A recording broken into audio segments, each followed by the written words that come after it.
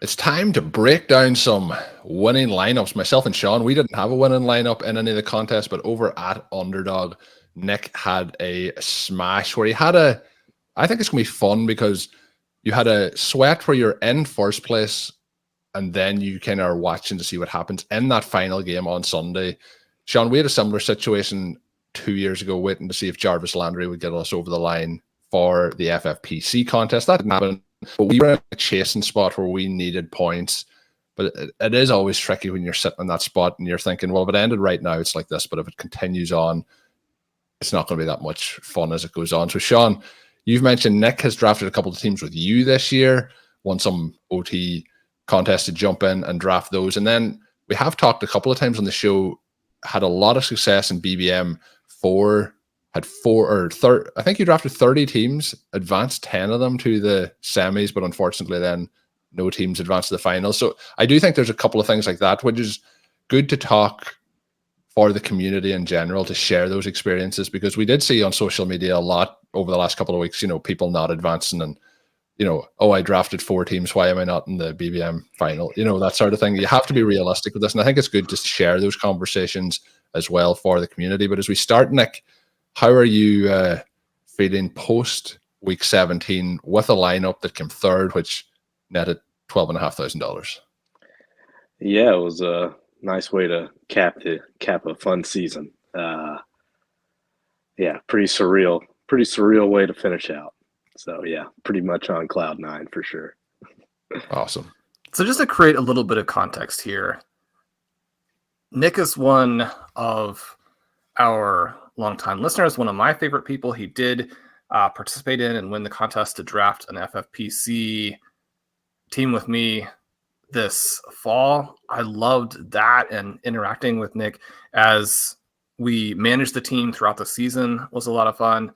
I mean, I'm sort of thinking that this coming off season that I'm going to need to win a contest to draft a team with Nick next year, because again, I mean, 30 teams entered in Best Ball Mania. To advance 10 of them, not into the playoffs, but into the semifinals, and have gotten through that initial gauntlet where people tend to have the teams that they've obviously advanced whittled down in a massive way, since you have to finish first out of 16 teams in that group.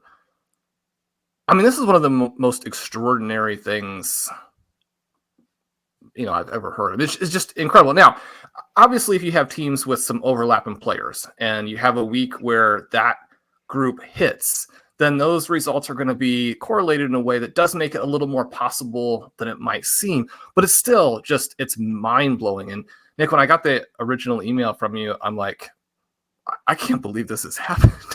I mean, it was just so cool. Unfortunately, week 16 was not quite as good, so those teams go out. But you and I were messaging through the week that you had a team in the Chihuahua final, and I mean, you're still alive. It's so cool to have a shot in these tournaments. And then I get an email from you last night saying, if Jaden Reed can be held below essentially 11, if Ty Chandler can be held again below essentially 11, that I'm going to win this. I'm like, he's going to do it. I mean, they're going to hold these guys down. How comfortable, how confident were you? I mean, either guy can obviously go over that. Reed, because of the injuries to the other Packers receivers, you're kind of expecting him to be pretty involved. Jordan Love's been on fire. We know how it turned out, but how were you feeling going into this last game in first place and just kind of wanting the game to get through and end before those points are scored? Yeah, so most of the late afternoon, the only person on my radar for Sunday night was Ty Chandler. I thought that was really all I had to dodge. And then Najee Harris and Isaiah Pacheco happened, and they ran a couple teams from pretty far back right up on my tail. So I have to jump in with I have to jump in with a question there. If you're watching the Steelers game and you see Najee Harris about to score a third touchdown when he slides down, How are you feeling at that point? I'm guessing that was a sigh of relief. It was a bit of some heart palpitations there. Normally, when you see players slide in the game, you're kind of, bemoaning the fact that they didn't get you the fantasy points you wanted. Yeah. But this was one of the times you kind of She was on the other do foot a bit of a cheer there. So yeah, that was a bit nerve wracking when I saw that open space. But I was like, he's gonna slide, right? He's got to slide. But yeah, so that Pacheco team going into Kansas City's last drive, he only needed one more point to catch me, and luckily only got 2 yards on their final real not kneel out possession. So then I noticed he had Jaden Reed, and I was like, whew, he only had to clear like 9 points to start counting towards his total, and with only about 8 yards of clearance. That was a bit nerve wracking. I wasn't too confident that Jaden Reed was going to stay under that, but it was about 10.5 he had to stay under. But, you can always be hopeful. The couple short completions were nice to see. And then, got the blade with the 33-yard TD there pretty quick. So, if it's going to happen, at least it happened in like the first half and not the fourth quarter. Yeah. Are you in the kind of category of Shawn Siegele where the optimism is showing through that you may win, or are you in my camp where you're like everything's going to go wrong and you're definitely going to lose? I was holding out the optimism that I didn't think I could drop lower than third. Of course, Jaden Reed then went nuclear, and I had a very big chance to drop down to fifth after that second touchdown. But we managed to skirt by and hold on to that third place spot. But did get caught by 2 different Jaden Reed teams. Because that's something with another me and one Shawn nipping at my heels. We've joked about this a couple of times recently where do you want the game to end and nothing else happens, or do you want to take the risk that there's another, like it goes to overtime and your player then gets another touchdown? It's that kind of thing of like, for example, in the Cowboys game this week, Shawn, on that final drive, which ends up being the drive where Amon-Ra gets in the end zone, which we needed for the main event team. Sam Laporta has, I think, 3 receptions on that drive. So it's a case of like the Laporta teams are, pushing up. And if you don't get that touchdown, it's that kind of balance of, do you want it just to end and, be 4 and out here and it's over? Or do you want to have a chance to keep pushing those points up? And that's kind of a difficult balance sometimes to know. And you're in a situation there where the clock, though, is ticking. You mentioned those first couple of receptions. Reed did it pretty quickly. We've joked, Shawn, too, about our situation in the main event in the championship round where DeAndre Hopkins did us in the fourth quarter in the last 4 minutes. So there's something to be said for being put out that little bit earlier. But an extreme team with an extreme achievement, and I guess that's right for the achievers to have an extreme achievement. But third place finish in the end up, but 174.64 points this week. Lamar Jackson, Achan, Warren getting in there. We had Tyler Algier getting in there. He obviously had a lot of his production on that long 75-yard touchdown, but CeeDee Lamb, who myself and Shawn talked about on the Monday episode, Brandon Cook, Zay Flowers sprinkled in there, and then Isaiah Likely at the tight end position. This team throughout the year, who has been the key to powering you to this success? And when I look through the players who haven't made the lineup this week, Dak Prescott is in there, Gibbs is in there, Hubbard, who has been really strong, has been in there, Waddle, who missed this week, Evans, who didn't have a big week's in there. This team is just, George Kittle's in there as well, by the way. This team is absolutely loaded. Yeah, Lamar's big spike week games obviously help a ton, but having Dak Prescott having a pretty great season by his recent standards was also nice. But I think CD kind of finally stepping into that wide receiver 1 role is what really carried us along with Mr. Gibbs there trucking, especially towards the back end of the season. Definitely don't advance without Jameer in week 15, that's for sure. The cool thing about the Chihuahua, and one of the reasons I really like the contest, is the advanced structure was 2 of 12, 2 of 10 in week 15, and then 1 of 10 in week 16. So Gibbs barely got me over the line. I was the second place team in week 15 for that Chihuahua squad. So wouldn't even have been in the semifinal if it wasn't a 2 of 10 advance rate. So things like that are kind of, I guess, maybe what I try to focus on outside of, the big lottos. I didn't really play a lot of puppies for the weird kind of 1 of 18 advanced stuff. So, yeah, I don't know. Gibbs week 15 kind of sneaking me in is what really probably brought it all together. As the game sort of transpired last night, I was rooting so hard for you at the beginning there. I guess I didn't realize that more read points could do more damage. I was rooting really hard. I did not either. I was rooting really hard against him, and then it happened so fast. It was somewhat similar. Colm mentioned, losing the DeAndre Hopkins deal at the very end. Your situation was similar to the game where Ben and I needed Joe Mixon to not go off on Monday night, and it was pretty close to a coin flip in terms of all the research I had done on it. And then he accomplished it on basically the first drive. So I'm like, well, it didn't turn out to be a coin flip in this particular game. And that was disappointing because that team would have also finished very high. It was kind of funny because it ended up finishing 11th and just missing the pay level in the consolation and lost by like hundredths of a point for that. So getting that into the main event portion of the tournament would have been fun. As a result, then I was rooting hard for Jordan Love because I wanted to win Curtis Patrick's Black Crown Dynasty League. Pat and I were trying to hold off a Justin Jefferson, Romeo Dobbs team in our RotoViz Triflex Dynasty at the 1250 entry level. And on that one, the pay drop from first to second is 7,000 to 2,500. And so I was very excited that Tucker Kraft was like, every pass needs to be to Tucker Kraft, not Jaden Reed, not Romeo Dobbs. He was involved. So that did work out. But once it flipped past your score, I went back to rooting for Jaden Reed because that was not Romeo Dobbs. I'm sorry that he continued to score points. As you were drafting... How did that finish up for people listening here wondering? We won. You won. We did win.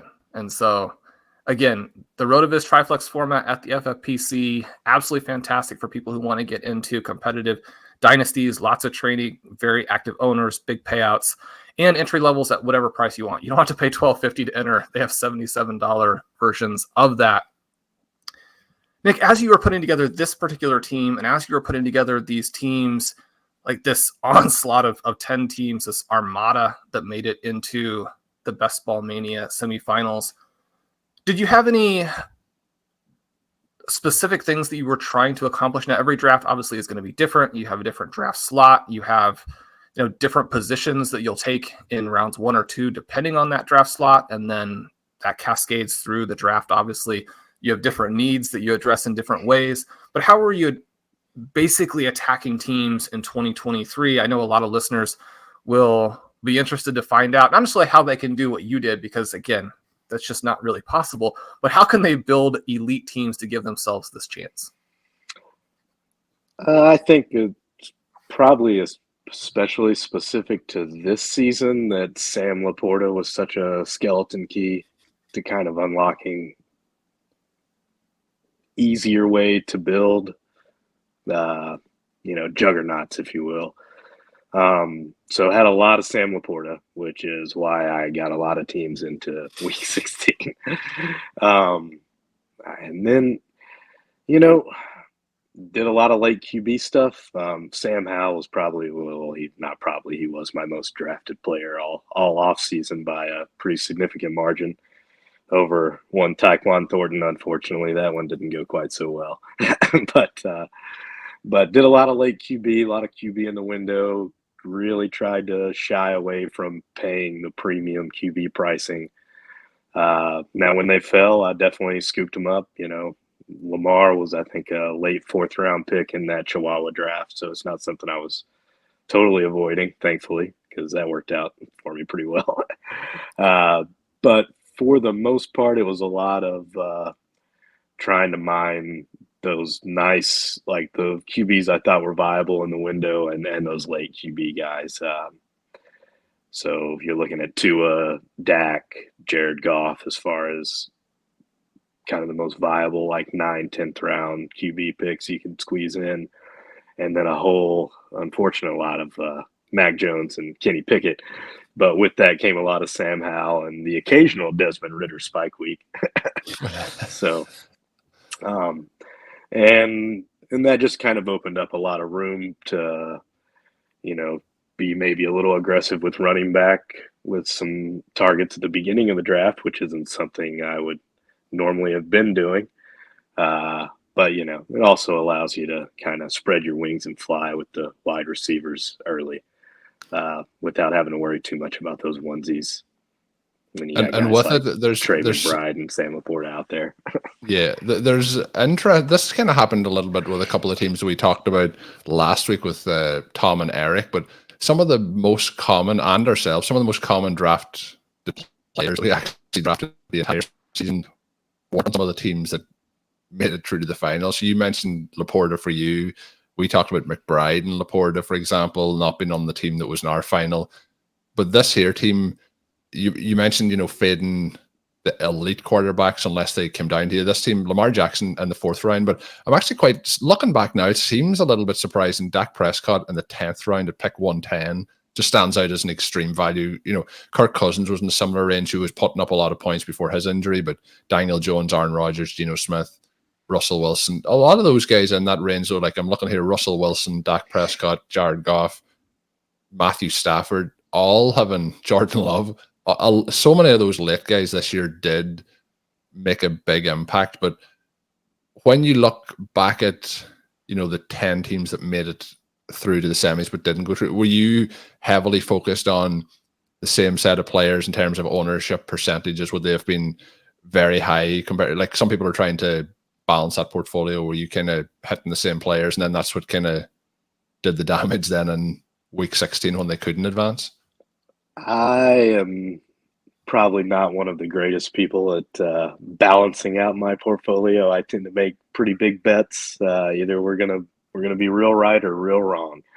But tend to draft with conviction. So yeah, a lot of the same. You try to reduce things to as few choices as possible. At least I do in a draft. So each round you want to have, or at least for me, I want to have a select handful of targets, and then certain guys, if he falls past a certain value point, then you're going to take the chance on them, even if they're not necessarily a priority target.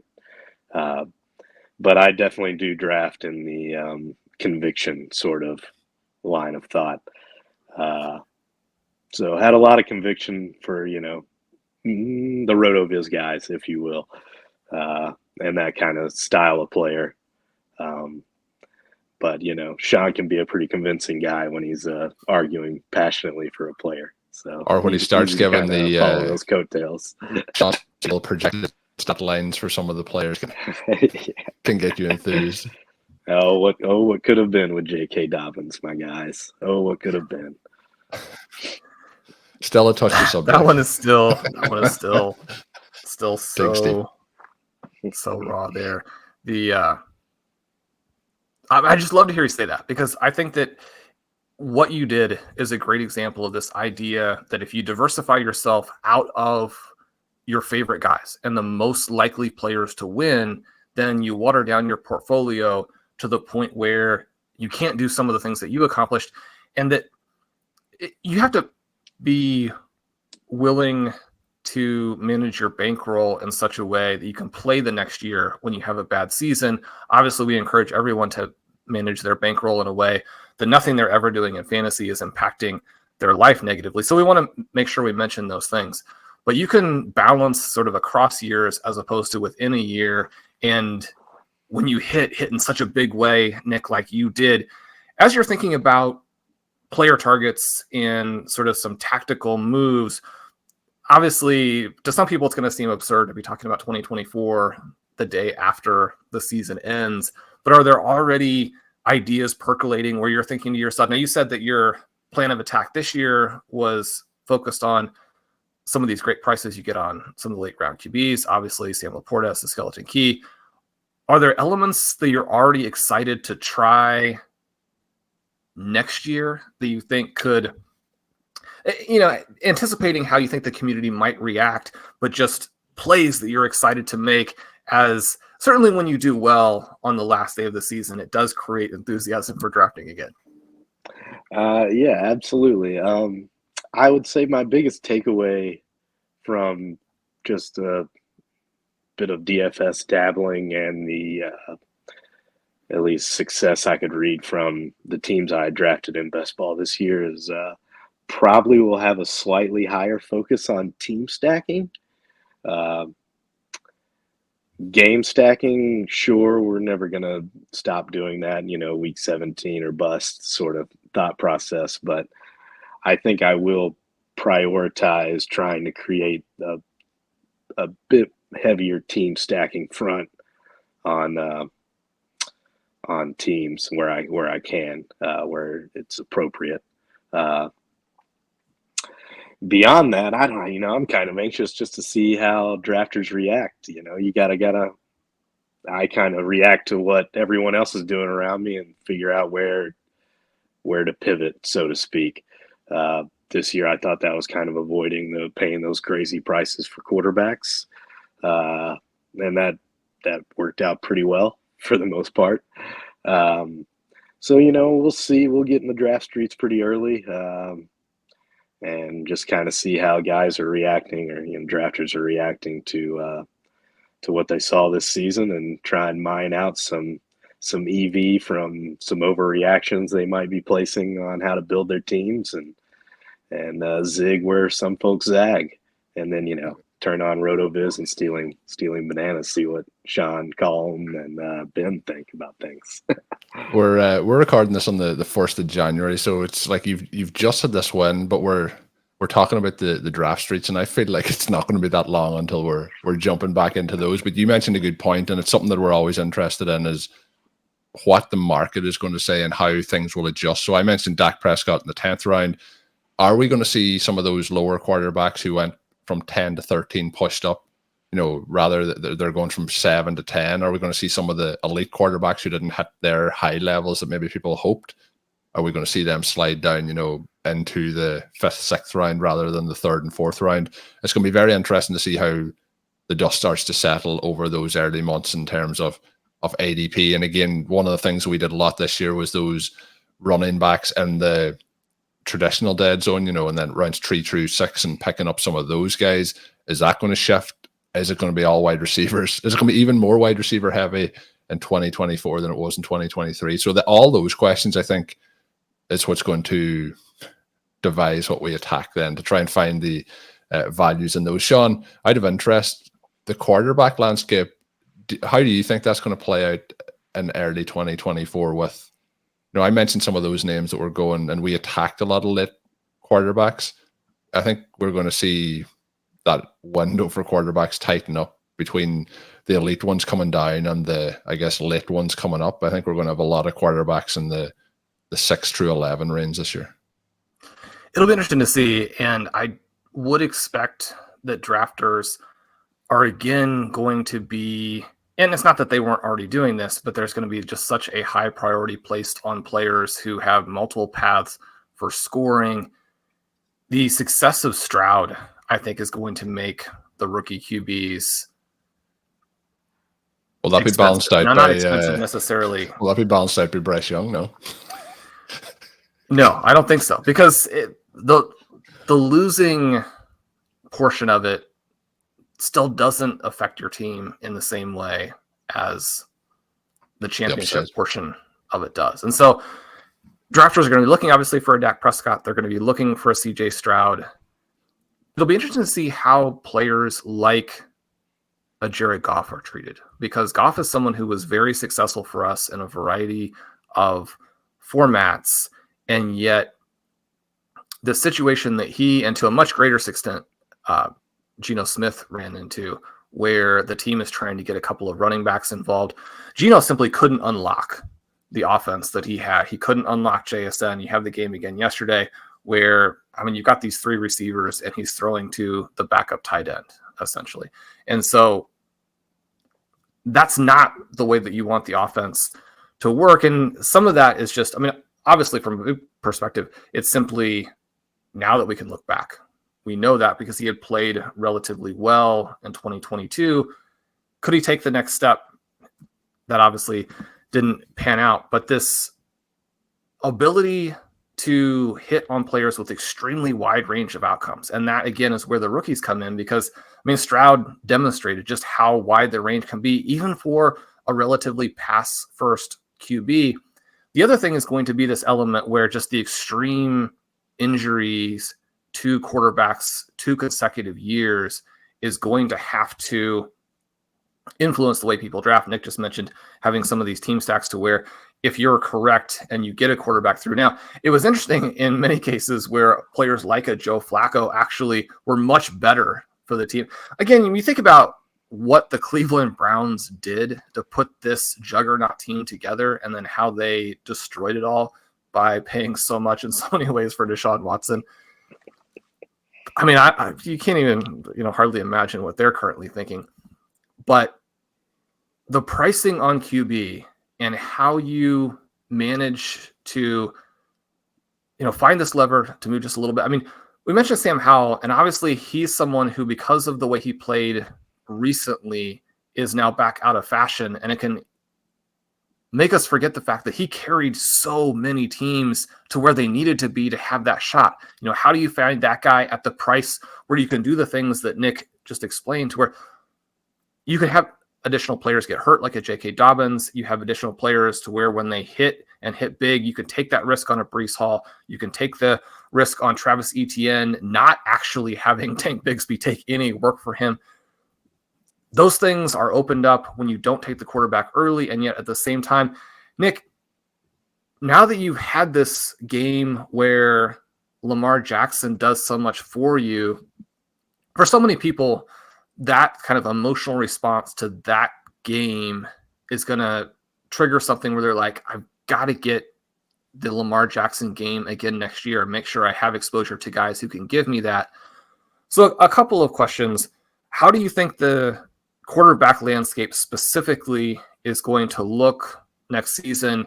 Not necessarily just prices, but are there archetypes at QB that you think are going to slide up and slide down, understanding that some of these guys, and many of them, are actually, blurred genres of different kinds of guys? And then for you, are you comfortable only having that Lamar Jackson play when he falls, or, coming off of that game, do you think, I have to get a little bit of that? Well, I would say we're all kind of creatures of the most recent thing that we saw happen. So I would expect Lamar to kind of jump up into the Josh Allen range of the draft or thereabouts. I hope we kind of come to our senses as drafters and aren't taking Hurts and Allen and Lamar in the second, but I also assume that will probably carry on again. If that's the case, then it will be a very, very trepidatious and scared fate of Lamar if I have to pay a second round price for him in drafts next year. I will probably just keep attacking the window and trying to find the value picks where I can. Hopefully there will be some good late round QB options that emerge next year. But I suspect Colm is pretty spot on with the window just getting cram-packed with QBs in that kind of 6 to 11 or 12 range. The other thing on the quarterbacks that could be interesting to watch is, we've talked a good bit, Shawn, about the first 2 rounds, which players might get in there and how that might work out. But the other thing that does impact people drafting quarterbacks is when they get to that point of the draft where they're like, do I want, I can't even say it here, because the player that you would say is like Calvin Ridley or Amari Cooper, the way the first 3 quarterbacks were drafted this year, and Cooper has been an absolute smash. So, let's say the pick before you took Lamar Jackson was Christian Watson, but you'll be looking for the upside, let's say that. But before that, about half a round before that's Patrick Mahomes, Jalen Hurts, and Josh Allen. But a lot of the time it is kind of like, I want that elite quarterback over the other players. So we could be in a situation when ADP starts to settle down that the 3rd and 4th round aren't that appealing. And then obviously you do get the quarterback ADP being set at that spot. And obviously with the volume of drafts that you will have on a site like Underdog, if that's happening over and over again, it's going to set the ADP. We used to have situations like, before Underdog, Shawn, ADP was kind of in flux up until, mid to late August. Now we'll have like complete, nearly almost set ADP from March onwards. So it's going to be interesting to see how the quarterback landscape does settle. The last question I had for you, Nick, was you mentioned earlier the scenarios in which the structure works for advancing, and I've often talked about the FFPC structure being that 2-2-2 usually to get through. That I feel like it feels achievable. We're on the achieving side of things here again with the name, and I didn't mention it on the last show, but we'll leave out the first name again. But it is the Achievers with another word in front of it. But you will see him in a lot of draft rooms. But I do talk about that feeling achievable to be able to advance through. But I think that a lot of people jumping into these contests probably aren't looking ahead to that structure. They're just seeing, BBM for 3 million to first place. Let me jump in that, 150 times. But they mightn't be going in 150, but they're going in based on the prize. But I do think, and you referenced it there, the advanced structure is so important in these as to actually getting through, because 2 out of 10 versus 1 out of 16 is a really tough achievement. And some of the scores that are put up with these teams, like you could have a team that puts up, like, for example, if this was an advancing week and you put up 174.6 points, you would have been third. You would not have been advancing. And, that can be really, really tough to take. So do you want to let the listeners know a little bit about why you look at the advanced structure? Are you looking at that for every contest as a guide to, will I enter how much of, as Shawn mentioned with the bankroll earlier, how many teams am I going to draft in this? Like, what's your focus on that? Is it a start point or is it just a bonus? It's pretty much a start point outside of, BBM, which is, the behemoth that it is. If I'm going to be, taking shots on goal with these contests, I want the easiest possible route to the finals. So these contests, you saw a lot of the smaller contests that Underdog put out, where it was, like 1 of 10, 1 of 10, or 2 of 10, 1 of 10. Some of these higher buy-ins, you'll get, your 2 of 10, 1 of 6. Like the fields for these playoff weeks shrink. So it really opens up your options to kind of squeak through if your team underperforms a little bit. So that is definitely a big focus I have. Like, the new gauntlet they released this year is a 2 of 6 out of the first round. Like, that's huge. The difference that makes just in getting teams by, where you're able to build smart teams, teams that have a chance to win in Super Bowl week, that might otherwise have gotten dusted because you finished second out of 6 instead of first in that first round of the playoffs. So having that little bit of extra grace to pull the team through is huge. I know FFPC has a lot of 2-2-3 advancing. Yeah. And that's just awesome. That's incredible, especially when you can still have a finals pod that is not gargantuan, 500 teams or something like that. So these smaller contests are a lot of fun when they're not necessarily, the puppies are basically $5 lottos, and that's fun. But the odds of, advancing 1 of 18 in the playoffs is pretty daunting compared to, if you just kind of go contest by contest, trying to find the more graceful ones, if you will, as far as advanced structures go. That can lead to a lot more success, a lot better ROI, as opposed to just, kind of taking moonshots. Yeah, the reason I brought that up is I think a lot of people maybe do just get caught up in the final prize. And, it's like, oh, if I have a great team here, I can win $3 million, rather than how do I get to them steps? What have I to do over the course of those weeks? So I think you've summarized that up really well. Shawn, as we get ready to close up, any final thoughts or any questions here for Nick? Well, I really like that note about this year's gauntlet and the 2 out of 6 as opposed to the 1 out of 6. One of the things that we discussed a lot last year on the site was building 49ers Bengals teams, because they would allow with the 1 out of 6 and then still give you really good Super Bowl teams. Now those teams come up short in the championship games and you get the 2 bye week teams. And I have to assume that Underdog looked at that and they're like, we just have to get more teams through that have Super Bowl participants if we have the bye teams get through again, because that's not exactly how you want the very final week to work. But that's a huge note for people who are playing the gauntlet. We'll have more articles, strategy sessions on the site for that. Nick, as we go here, you talk about the sort of advance. And one of the things I think people love about Underdog is the ability to draft a lot and get a lot of practice and draft a lot and have these shots, like you mentioned, to get through. Colm and I were very fortunate in that we managed to advance almost all of the teams that we drafted for the show on these individual smaller contests. I don't think they made them to the semis, but it's fun to get them through and have that original advance. On the other end of the spectrum is the Mastiff, and I know Ben, really enjoyed playing in that, and that one very expensive, but also has some things about advancement that at that cost balance some of those things out.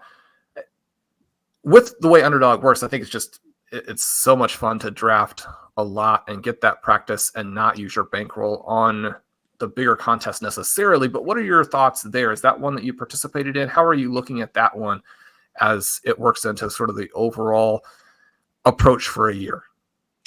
Well, the advance rates in the Mastiff were incredible. I did not solo take a shot at that one.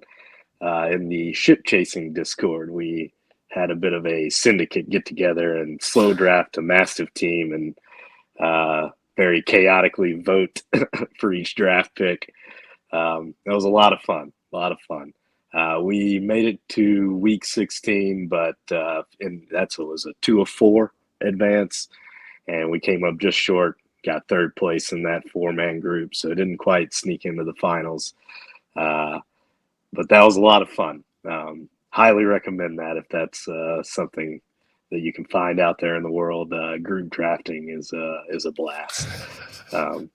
They can be a lot of chaos arguing for your picks and things like that, especially when you got quite a few people in there doing it.